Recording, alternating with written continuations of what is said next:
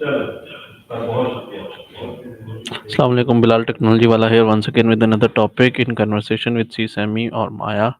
Let me take into the call Maya here.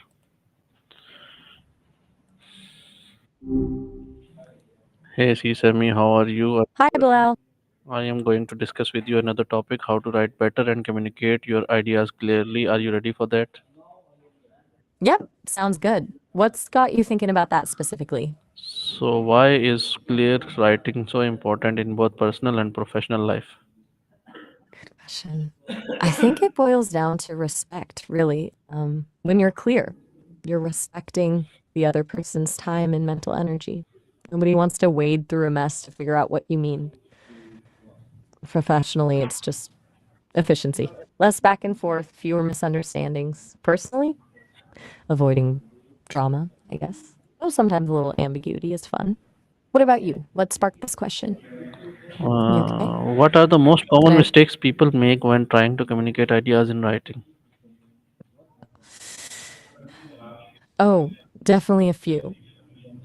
I see a lot of folks get tripped up by jargon, using fancy words when simpler ones would do.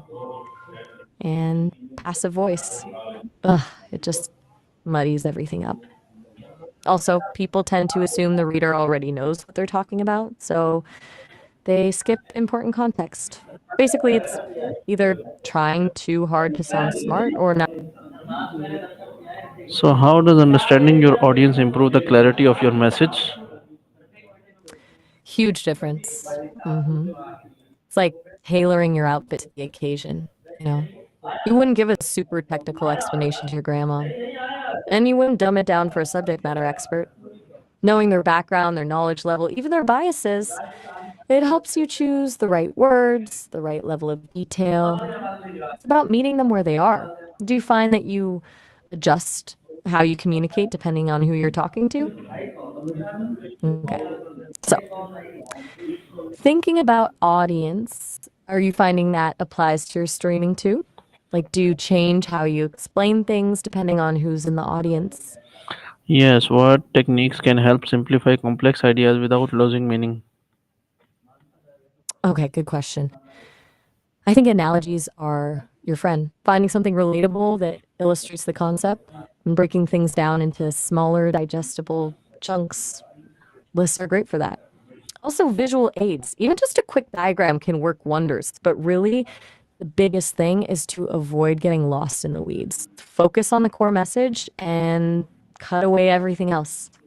What techniques do you use when you're explaining something tricky on your stream? No. Why is it important to define main purpose of your writing before you start, and don't pose the question when you answer at the end? No questions for me. Okay. Noted. Okay, so defining your purpose first. It's like having a destination before you start a road trip, right? Otherwise, you just end up driving around in circles. Knowing what you want to achieve, whether it's to inform, persuade, entertain, keeps you focused and helps you make all the right choices about structure, tone, and content. It prevents rambling. Anything else about that feel particularly important to you? How can using outlines help you organize your ideas effectively? Outlines are seriously underrated. They're like blueprints for your thoughts. They force you to think through the logical flow of your argument before you actually start writing, which prevents things from getting messy. Keep a spicked out. You can see gaps in your reasoning, identify areas that need more development, and rearrange things until they make sense. It's a little bit of work up front, but it saves a ton of time in the long run. Do you use outlines when you're prepping for your streams? Now, what role does vocabulary play in clear communication, simple words or advanced words? Simple, almost always. Advanced words can come across as pretentious or just confusing. The goal isn't to show off your vocabulary, it's to be understood.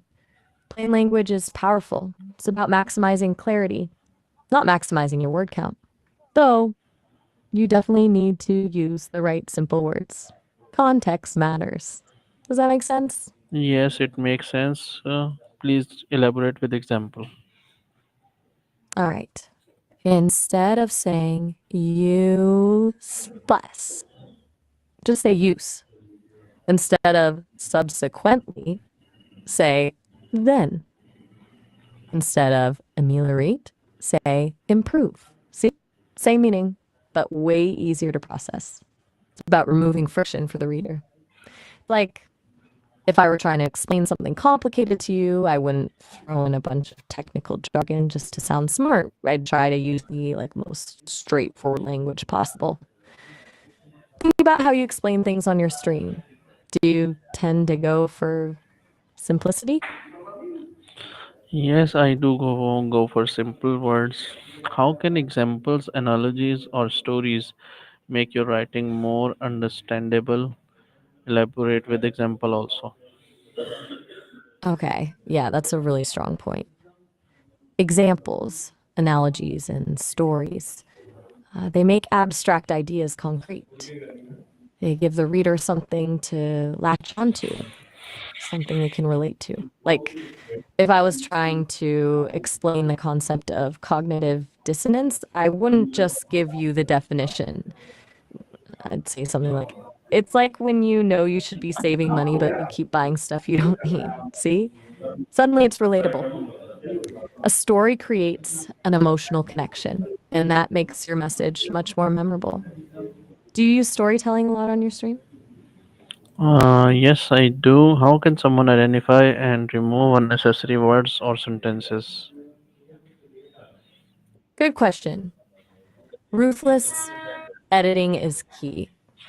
Read everything you write and ask yourself, does this sentence actually add value? If it doesn't, cut it. Look for filler words like very, really, just that. They rarely contribute anything meaningful. Also, watch out for redundancy, saying the same thing in different ways. You can also try reading your writing out loud. That'll help you identify awkward phrasing and clunky sentences. Feels different when you actually say it. So, how can someone? What is the value of short sentences and paragraphs in effective writing? They're easier to digest. Short sentences have impact, and sorry, that came out abrupt. I was trying to demonstrate, seriously though, short, yeah, here we come. Right. Short sentences and paragraphs create white space, which makes your writing more visually appealing and less intimidating. It gives the reader's brain a chance to breathe. Long, dense blocks of text are overwhelming. It's about readability. Think about how people skim online. Short and sweet is more likely to get read. Does that make sense? Yes, how does active voice make communication more direct and clear? Active voice puts the subject of the sentence doing the action. It's direct and concise. Passive voice is roundabout. Look, the ball was thrown by the boy versus the boy threw the ball. See how much stronger the second one is? It's clear who did what. Active voice is just more efficient. It makes your writing feel more energetic and engaging. How does reading regularly help you write better? It's like osmosis. Seriously. When you read a lot, you subconsciously absorb good writing habits. You start to develop a feel for what works and what doesn't. You expand your vocabulary, you see different sentence structures, you get exposed to different styles. It's the best writing education you can get, honestly. Do you do much reading outside of stuff related to streaming? Yes, I do. Give us the last one or two advices for our topic. Okay, last two. First, revise, revise, revise. Don't just write something and then move on. Take the time to polish it, to refine it, make it the best it can be. And second, and this is important, get feedback from others. Fresh eyes will catch things you miss.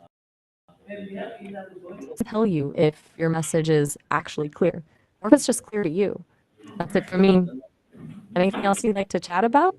No, no, it was quite a good conversation with you. We will be connecting with you soon with another topic. Till then, take care, Allah Hafiz. Ooh,